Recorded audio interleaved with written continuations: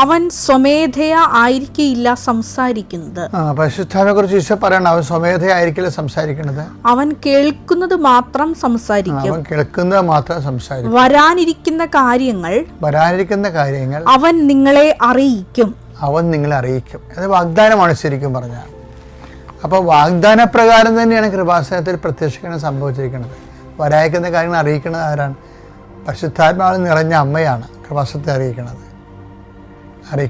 ഇതുപോലെ തന്നെ എനിക്ക് എപ്പോഴും തോന്നിയിട്ടുള്ള കാര്യം എന്നറിയാമോ, ഈ മനുഷ്യന്മാർക്ക് ദൈവത്തിൻ്റെ ചൈതന്യത്തിൽ ജീവിക്കുന്നത്, എനിക്ക് നിങ്ങളോട് പറയാനുള്ളത് ഇവർ വളരെ സിമ്പിളായിട്ടുള്ള കാര്യമാണ്. ഇത് നമ്മുടെ ആശ്രമ സ്പിരിച്വാലിറ്റി സംഭവത്തിനെ കോംപ്ലിക്കേറ്റ് ആക്കിയിട്ടുണ്ട്. സാധാരണ മനുഷ്യർക്ക് സാധ്യമല്ല എന്ന രീതിയിലാക്കിയിട്ടുണ്ട്. അങ്ങനെയല്ല, ഇത് എല്ലാവർക്കും സാധിക്കും. ആധ്യാത്മിക ജീവിതം നമ്മളൊന്ന് വചനം അനുസരിച്ച് ജീവിക്കാൻ വേണ്ടി കർത്താവിൻ്റെ പ്രാർത്ഥന എന്താ? ഞങ്ങളെ പ്രലോഭനത്തിൽ ഉൾപ്പെടുത്തരുത്. അതൊന്ന് ആത്മാർത്ഥത്തോടെ പ്രാർത്ഥിക്കണമെങ്കിലുണ്ടല്ല, ഒരുമാതിരിപ്പെട്ട പാപങ്ങളൊക്കെ ഒഴിവായി കിട്ടും. കാരണം പ്രൊട്ടക്ഷൻ പ്രയറാണത്. ഒരേ സമയം തന്നെ പ്രൊട്ടക്ഷൻ പ്രയറും അതേസമയം തന്നെ ഡെലിവറൻസ് പ്രയറും ഉള്ളതാണ് ഈ സ്വർഗ്ഗസ്ഥനായ പിതാവിൻ്റെ അത് കണ്ടൻറ്റ് വൈസ് ഭയങ്കര റിച്ചാണത്.